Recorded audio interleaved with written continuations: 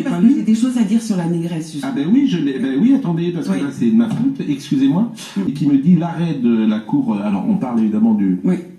La négresse et la cour, l'arrêt de la cour administrative de Bordeaux que j'ai lu, c'est de la bouillie juridique. On ne sait pas trop sur quelle base légale il est rendu. On constate qu'il se fonde sur un dommage supposé. Aucun habitant de couleur de Biarritz ne s'est en plaint. Surtout, on réalise la dérive wokiste d'une partie des juridictions administratives. Rachel Kahn de CNews, femme brillante, une fois de plus, démontre que l'on peut être noir et comprendre que débaptiser un quartier qui s'appelle le quartier de la négresse à Bordeaux avec une histoire est d'une stupidité. C'est encore une fois la cancel culture qui nous laisse croire que le monde sera meilleur parce qu'on débaptise et on débaptise et on rebaptise.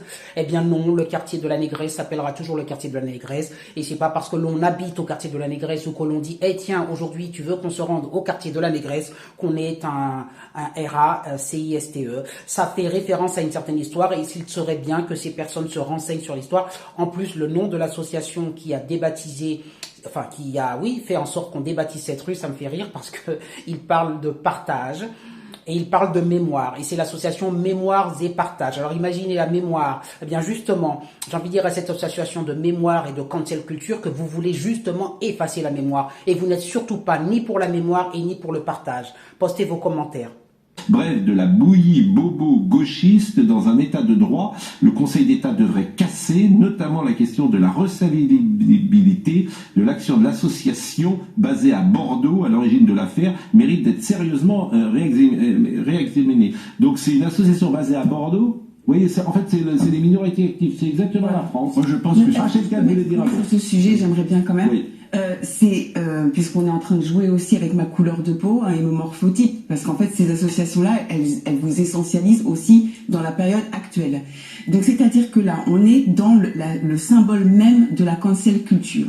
C'est-à-dire qu'on écrit l'histoire avec une gomme, à effacer des noms de quartiers, à effacer des dictinègres, etc., etc., sans comprendre que, par exemple, des auteurs comme Césaire et Senghor, c'est très précisément sur ce fondement-là qu'ils ont créé leur courant de négritude.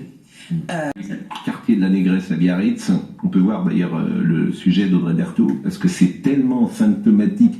En fait, l'État intervient sur des choses. Cela fait plus de 150 ans que ce quartier porte le nom de la négresse. Ce jeudi, la justice a tranché. Il va devoir être renommé. Une incompréhension pour les habitants du quartier. Le quartier de la négresse doit rester le quartier de la négresse. De toute façon, ça y restera toujours. Il pourra faire ce qu'il veut, il enlèvera 3 noms sur des trucs, mais de toute façon, ça s'appellera toujours la négresse.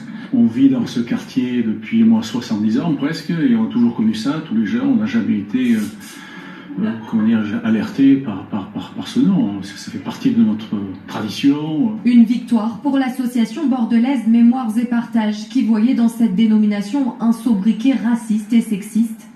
La maire de Biarritz regrette cette décision. Elle pourrait déposer un pourvoi en cassation.